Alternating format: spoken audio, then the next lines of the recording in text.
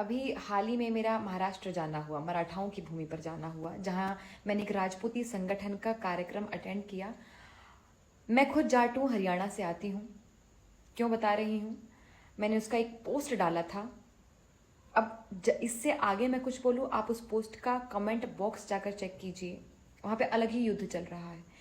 जाट लोग मुझे लिख रहे हैं कि आप जाट होकर राजपूतों का इतिहास बता रही हो, तुम्हें खुद का इतिहास पता है क्या?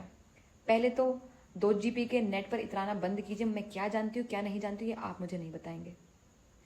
वहाँ मराठी लोग अलग लड़ रहे हैं, महाराष्ट्र के अलग अलग लड़ रहे हैं कि महाराष्ट्र में आकर आप राजपूत लोगों का इतिहास क्यों बता रहे हैं।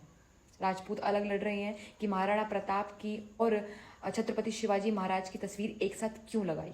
ये लोग पूर्वजों पे आ चुके हैं, इनका अलग युद्ध चल रहा है। ये महाराणा प्रताप को गाली दे रहे हैं, ये छत्रपति शिवाजी महाराज के बारे में गलत बोल रहे हैं, ये राणा सांगा के बारे में गलत बोल रहे हैं, ये पूर्वजों के ऊपर गलत गलत टिप्पणियां कर रहे हैं। सबसे पहले देखकर तो मुझे इतनी इतनी इतनी पीड़ा हुई, सच में हृदय से मुझे बहुत पीड़ा हुई। ये एंगल तो कभी नहीं समझ सकती थी, आज तक मुझे नहीं पता था ये वाला एंगल भी हिंदुओं का, कि हम धर्म के ऊपर लड़ सकते हैं, हम जाति के ऊपर लड़ सकते हैं, हम वर्ग के ऊपर लड़ सकते हैं, हम स्टेट के ऊपर लड़ सकते हैं, हम भाषा के ऊपर लड़ सकते हैं, लेकिन हम अपने पूर्वजों के ऊपर गलत गलत टिप्पणियां कर कर भी लड़ सकते हैं, ये मैं नहीं जानती थी।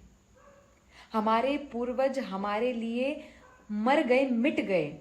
मुगलों से लड़ते लड़ते उन्होंने अपने प्राण न्यौछावर कर दिए, और हम उनकी संतानें उनके ऊपर गर्व करने से ज्यादा अहंकार कर रहे हैं कि हम तो राजपूत हैं, हम तो मराठा हैं। बिल्कुल, आप जिस भी कम्युनिटी से आते हैं आपको उसके ऊपर गर्व हो, कोई दिक्कत नहीं है। आप जाट हैं गर्व कीजिए, आप राजपूत हैं गर्व कीजिए, आप मराठी हैं आप गर्व कीजिए, लेकिन अहंकार नहीं।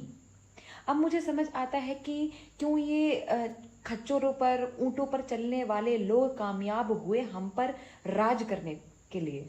किस प्रकार से ये हमारे ऊपर राज कर पाए, किस प्रकार से इन्होंने हमें अपना गुलाम बना लिया, ये आज मुझे कारण समझ आ रहा है।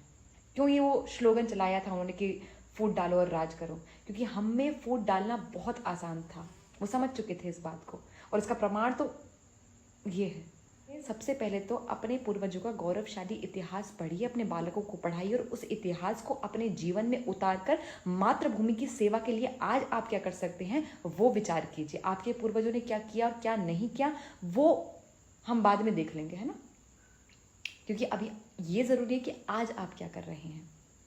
उन्होंने तो बहुत कुछ किया, और जो ये 2 GB का नेट लेकर मेरे कमेंट बॉक्स में आ गए हैं, आप उनका इतना सा भी नहीं है, आप उनका 0% भी नहीं है, इतना तो मैं समझ चुकी हूँ। और देखिए, केवल कमेंट बॉक्स में आकर कमेंट करने से आपका नाम इतिहास में दर्ज नहीं होगा। आपने क्या किया अपने देश के लिए, धर्म के लिए, संस्कृति के लिए, समाज के लिए, इस व्यवस्था के लिए आपने क्या किया, ये मैटर करता है आज के समय में, है ना। आपके पूर्वजों का नाम इतिहास में स्वर्णिम अक्षरों से लिखा हुआ है, और आप केवल कमेंट बॉक्स तक रह गए। बहुत दुख की बात है, बहुत दुख की बात है। और लड़ना बंद कीजिए, क्योंकि हर एक व्यक्ति का, हर एक राज्य का, हर एक राजा का संघर्ष अलग अलग रहा है। उनके सामने क्या परिस्थितियां थी वो वही जानते हैं, है ना। आज किसी मुगल की औलादे होते, याद रखिए, अगर हमारे पूर्वज ना होते तो।